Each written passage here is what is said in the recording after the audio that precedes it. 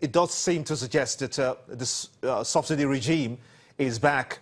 Do you remember, of course, looking from the past government, and issues of subsidy was seen as one that was killing the economic growth? Do you intend to address the issue of subsidy too that seems to have presented itself? Yes, quite naturally, that is one area that we have to look into. One, we have to start with, like I said, where did the problem started? Because when this government came into office, the current Minister of State of Petroleum Resources scrapped what was used to obtain the OPA and swap, to direct sell, direct purchase. That is, we sell our crude directly to the market and we import petroleum products back into the country. This contract is signed usually at the beginning of the year, and it runs for 1 year. Now, if this contract is awarded and all the participants played by the rules, we should not have any shortage, because the contract is given with a view to what is our local consumption and what are we going to import.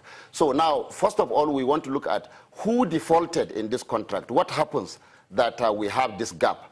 And if there are defaulters, what measures did the NNPC take, to sanction who the defaulters are? Okay, and Nigerian people need to know who are the cut you in there and ask Mr. Kayode Ogbefa, because you just heard what he said. Do you reason along those lines as well, or do you think these are issues that have been flogged in the past and will be going round circles if we have to go that way again? What are your thoughts? Good evening. I think the distinguished senator is right on track, and he has made those valid points. They are not out of tune, and they are some of the ways to go.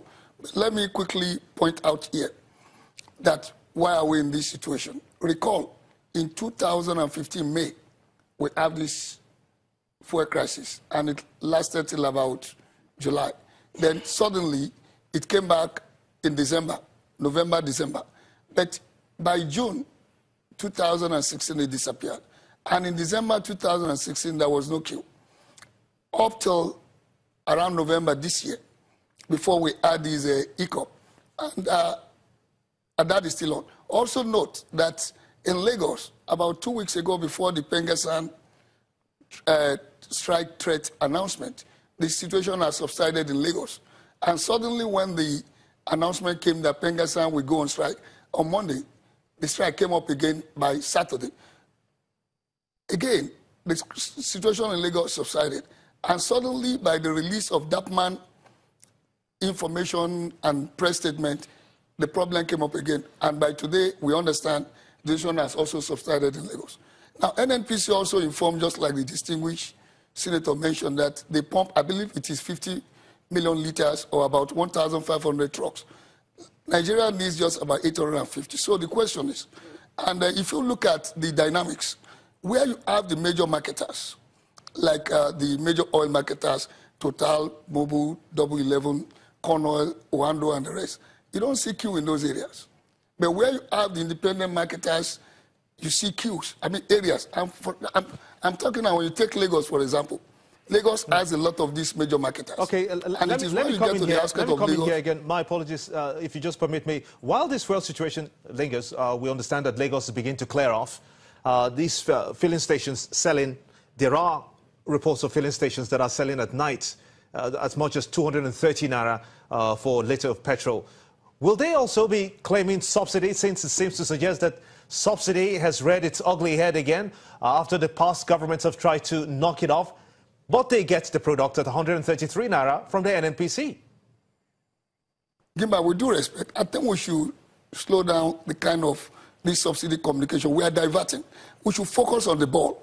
We should not allow people who want to profiteer from the system at the expense of the common masses to derail the progress and the transformation that is going on. What would you say if the landing cost is 171 naira, as reported largely across just about every other media, and then the government is selling at 145 naira per litre?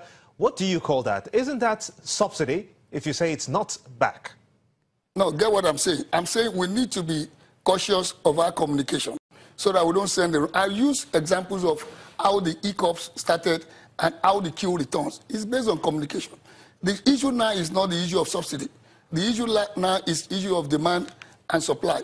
Whether there is subsidy or no subsidy, Nigerian government has a responsibility to the common people to provide us fuel, to provide us energy. I'm going to have to put you on hold for a minute or two, and we're going to take a very quick short break, and when we come back, I'll allow you to continue on your line of thoughts.